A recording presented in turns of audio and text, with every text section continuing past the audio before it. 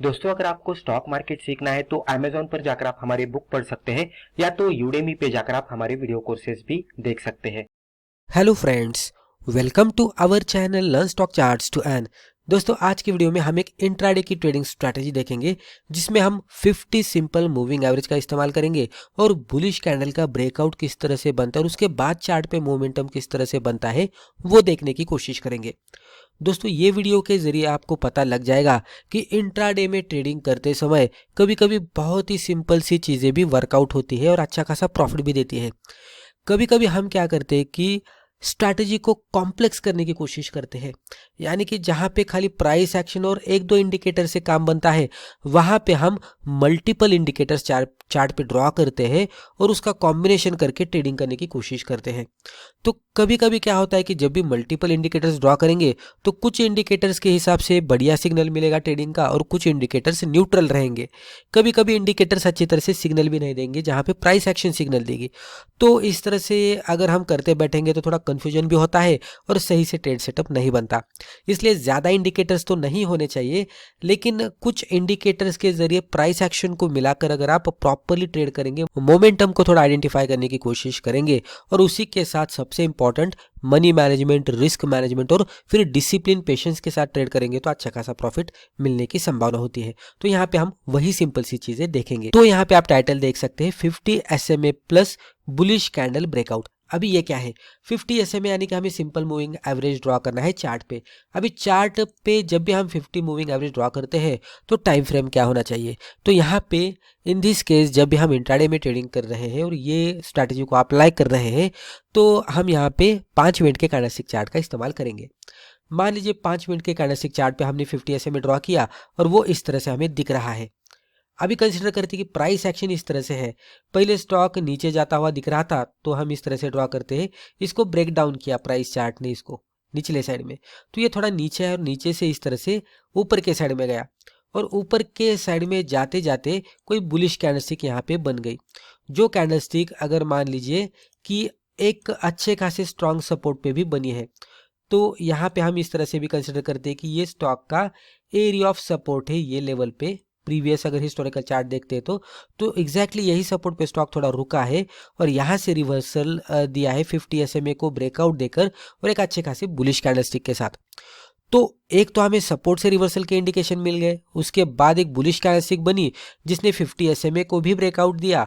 तो इस तरह के माहौल में डेफिनेटली एक मोमेंटम अपसाइड में बनने की संभावना रहती है। ये एक सिचुएशन हो गई। अभी दूसरी एक सिचुएशन में यहाँ पे आपको बताने की कोशिश करता हूँ जहाँ पे ये 50 SMA इस तरह से रहेगा। प्राइस चार्ट क्या करेगा, थोड़ा सा एक कैंडल के लिए नीचे आएगा इस तरह से, एक कैंडल दो कैंडल इस तरह से नीचे बनाएगा और ज्यादा नीचे नहीं जाएगा। इमीडिएट बेसिस पे 50 SMA को ब्रेकआउट देकर एक इस तरह की बुलिश कैंडलस्टिक बनाएगा और उसके बाद इसमें मोमेंटम अपसाइड में आएगा।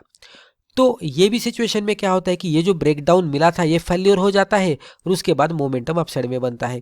इसके पीछे की साइकोलॉजी क्या होती है कि जब भी 50 SMA को ब्रेकडाउन बनता है और इस तरह की बियरिश कैंडलस्टिक निचले साइड में बनती है तो बहुत सारे सेलर्स इसमें एंट्री करने की कोशिश करते हैं। ज़्यादातर कहेंगे तो जो बिगिनर लेवल के जो ट्रेडर्स रहते हैं या तो इंटरमीडिएट लेवल के जो ट्रेडर्स रहते हैं जो कि कुछ चीज़ों को देखकर ट्रेड में एंट्री करने की सोचते हैं, तो वो इस तरह के ट्रेडर्स रहते हैं जो कि थोड़ा सा देखकर जैसे ही ब्रेकडाउन मिला वो इसमें घुस जाते हैं।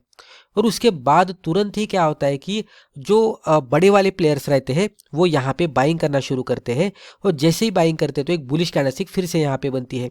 ये बुलिश कैंडलस्टिक में बहुत सारी बाइंग आती है और जो नॉविस ट्रेडर्स रहते हैं या तो बिगिनर लेवल के जो भी ट्रेडर्स रहते हैं जो यहाँ पे एंटर किए हुए होते हैं, इनका स्टॉप लॉस इसके ऊपर रहता है कैंडल के ब्रेकआउट, ये जो ब्रेकडाउन मिला था ये रेड कैंडल के साथ इसके थोड़ा सा ऊपर वो यहाँ पे स्टॉप लॉस लगाते हैं। तो ये स्टॉप लॉस हिट होता है उनका, तो ये भी यहाँ से निकल जाते हैं। तो जो भी सेलर्स थे यहाँ पे वो भी स्टॉप लॉस यहाँ पे लगाते हैं, उनका स्टॉप लॉस हिट होने की वजह से सेलर्स यहाँ पे निकल जाते हैं और बायर्स पूरी ताकत के साथ यहाँ पे एंट्री करते हैं। तो सेलर्स यहाँ पे कम हुए और बायर्स यहाँ पे बढ़ गए और उसके वजह से ये एक अच्छा खासा बुलिश ब्रेकआउट मिल गया। तो ये ब्रेकआउट फेल्योर हुआ और ये अभी ब्रेकआउट फिर से मिलने के बाद इसने हमें एक कंफर्मेशन दिया कि यहाँ पे सेलर्स निकल गए हैं, बायर्स बढ़ रहे हैं। अब इसने हमें इंडिकेशन दिया है कि इसमें अपसाइड में मोमेंटम बन सकता है। और ये सिचुएशन जब भी चार्ट पे देखने को मिलती है तो एक तगड़ा मोमेंटम अपसाइड में हमें देखने को मिलेगा। अब यही चार्ट पे हम देखते हैं। तो यहाँ पे आप देख सकते हैं एग्जांपल के तौर पर हमने रिलायंस इंडस्ट्रीज लिमिटेड का 5 मिनट का कैंडलस्टिक चार्ट ओपन किया है। चार्ट के ऊपर सिंपल मूविंग एवरेज 50 का लिया है जो कि एक क्लोजिंग का। तो ये लाइन आपको दिखेगी 50 SMA की, और आप ये सिचुएशन में देख सकते हैं ये सेटअप हमने यहाँ पे लिया है। तो पहले 50 SMA के ऊपर ही प्राइस चार्ट था, 5 मिनट के कैंडलस्टिक चार्ट थे, और यहाँ पे धीरे धीरे आपको दिखेगा कि ये थोड़ा सा नीचे आया और यहाँ पे एक बियरिश कैंडल बन गई। जैसे ही बियरिश कैंडल 50 SMA के नीचे बनेगी तो बहुत सारे लोगों को ऐसा लगने लगता है कि यहाँ से अभी मार्केट में फॉल आएगा। लेकिन इसको थोड़ा सा अलग तरीके से अगर आप देखने की कोशिश करेंगे तो आपको समझ में आएगा कि यहाँ पे एग्जैक्टली क्या हुआ है। तो ये स्ट्रॉन्ग सपोर्ट है हिस्टोरिकल चार्ट पे, इसको मैं इस तरह से मार्कआउट करता हूँ। आप देख सकते हैं एग्जैक्टली ये लेवल पे सपोर्ट लेकर इसमें एक प्राइस एक्शन अपसाइड में आई थी। तो एग्जैक्टली ये कैंडल नीचे तो आई, 50 SMA के नीचे आई, लेकिन ये सपोर्ट भी है ना इसके लिए नीचे, तो उसको ये अभी भी ब्रेक नहीं कर रही है। अगर ये 50 SMA को भी ब्रेक डाउन देता और ये सपोर्ट को भी ब्रेक डाउन देता तो डेफिनेटली इसमें फॉल आने की संभावना ज़्यादा होती। लेकिन इसने ये सपोर्ट को ब्रेक डाउन नहीं दिया है, तो इसमें अभी तक सेल सेटअप नहीं बना है। और बहुत सारे बिगिनर लेवल लोग खाली इंडिकेटर के ब्रेकडाउन को देखते हैं, ये सपोर्ट रेजिस्टेंस को देखते नहीं, प्राइस एक्शन को देखते नहीं, और उसके लिए यहाँ पे अटक जाते हैं। वो स्टॉप लॉस इसके थोड़ा सा ऊपर लगाते हैं और उसके तुरंत बाद आप देखेंगे तो एक बड़ी वाली बुलिश कैंडलस्टिक बन गई जिसने ये सेलर्स के स्टॉप लॉस हिट किए और यहाँ पे बहुत सारे बायर्स भी यहाँ पे एंट्री कर गए। और उसके बाद अगर आप देखेंगे तो एक तगड़ा अपसाइड में मोमेंटम आता हुआ हमें दिखा। प्राइस रेंज के हिसाब से देखने की कोशिश करेंगे तो अगर ये लेवल से एंट्री बनती तो एंट्री का लेवल मैं आपको बताने की कोशिश करता हूं कि क्या लेवल पे एंट्री बनती है। तो ये कैंडल के थोड़ा सा हाई के ऊपर, तो 1366 के ऊपर हमारी एंट्री बनती है। स्टॉप लॉस ये कैंडल के लो के नीचे, तो 1363 के आसपास हमारा स्टॉप लॉस होता और वन वे इसमें अपसाइड में मोमेंटम बना है जो कि लगभग 1378 के आसपास का बना है, 1378 के आसपास।